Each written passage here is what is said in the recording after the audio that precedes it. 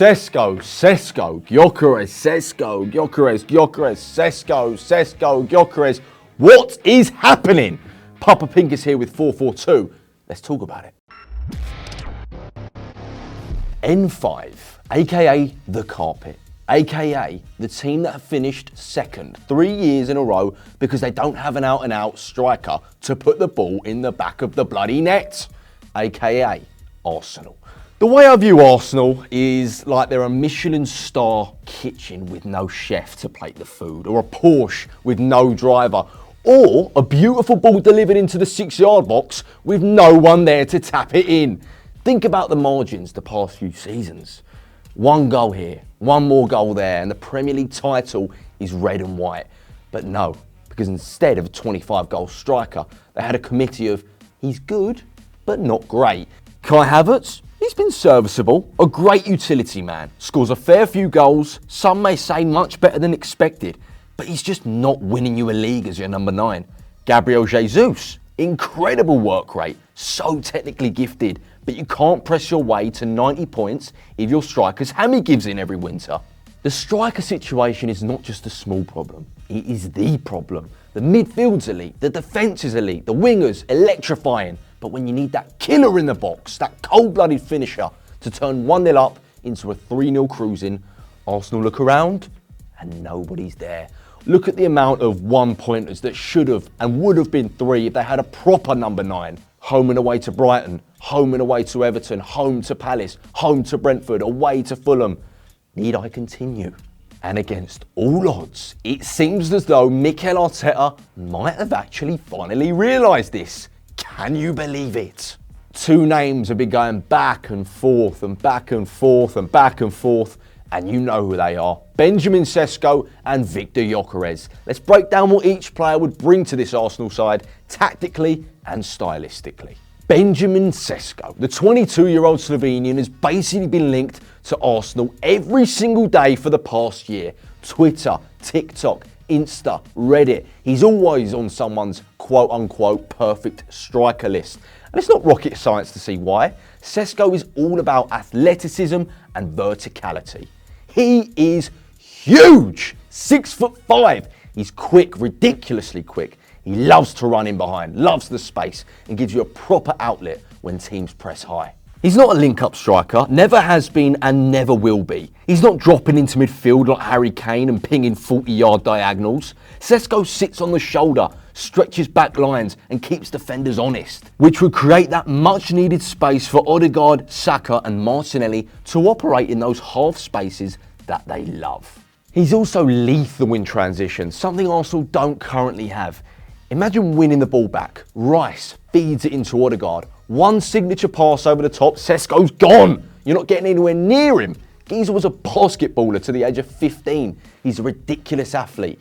You see how high he jumps? One time I saw him score a header and he came down with frost on his barnet. Downside? He's still very raw. Only 13 Bundesliga goals last season. And let's be real, it's difficult to look at that and confidently say, yep, that's Arsenal's 20 to 25 goal a season guy. He's not putting up monster numbers yet, that's the truth. But here's the flip side. At Arsenal, he'd be feasting. This is a team that creates a ton of chances, especially from wide areas and cutbacks. The kind of chances Leipzig just don't produce with the same volume or consistency. So while 13 goals might not scream world beater yet, in Arteta's system with Odegaard threading passes, Saka dragging fullbacks, and Martinelli or even maybe Rodrigo bombing in behind, Sesko could easily go from promising to prolific fast.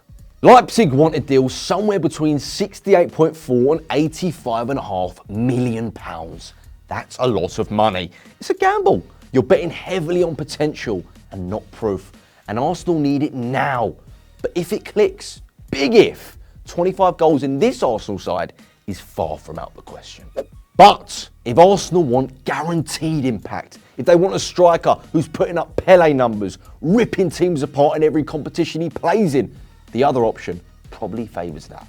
Enter Victor Gyokeres, the name on every big club that needs a striker's lips. An absolute goal machine. Last season, 50 games, 54 goals, 12 assists. Season before that, 50 games, 43 goals, 14 assists, 97 goals in his last 102 games.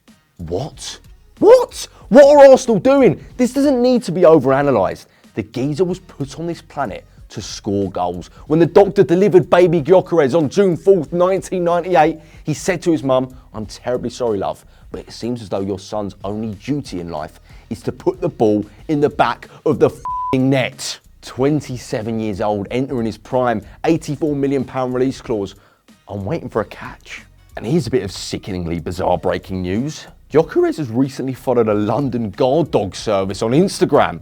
The same one 𝗕𝗫𝗓𝗍 and Ben White use. 𝗕𝗫𝗓𝗍𝗏 and Reiss Nelson also used to use the same service. Make of that what you bloody will.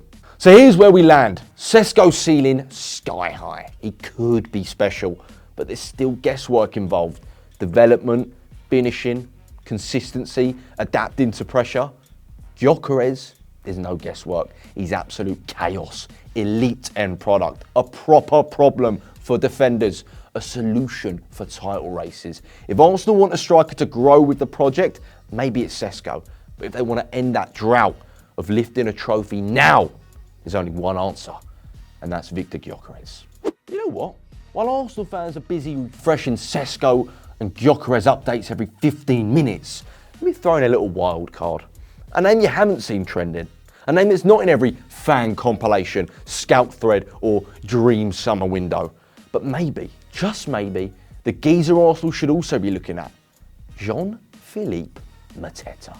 Jean-Philippe Mateta is criminally underrated. Let's start with the numbers. Last season, 17 goals, 4 assists. Season prior, 19 goals, 6 assists.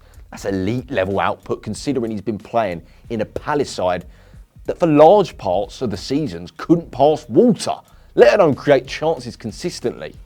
Mateta thrives in tight areas. He's not a flashy dribbler or a silky creator, but inside that 18-yard box, so deadly it hurts. 1 or 2 touches, bang, finish. Boom, boom, boom, boom, boom. Mateta's in the room. What I love about Mateta is he stays central with elite hold-up, pins centre-backs and brings others into play. We saw it in the FA Cup final against City. Just look how instrumental he was for Eze's game-winning goal. Proper number 9. And off the ball, he presses like a madman, cuts passing lanes and forces mistakes without just sprinting for the sake of it. On the ball, world class with his back to goal, world class. One-touch layoffs, bounce passes, third man runs, all the things Arteta has baked into this Arsenal setup. And most importantly, he attacks space between the posts. Arsenal create those chances, they just don't have someone who's always there to finish them. Oh, and yeah, he's 6'4". Deceptively quite quick as well, and only just turned 28. He's entering his prime. No €100 million price tag, no mystery clause, no waiting for potential to click. He's ready now. Arsenal want a clever signing, a plug-and-play striker who guarantees goals. Jean-Philippe Mateta. Say it with your chest before everyone else does. And that's all for now. Till next week. Boom, boom, boom, boom. Mateta's in the room.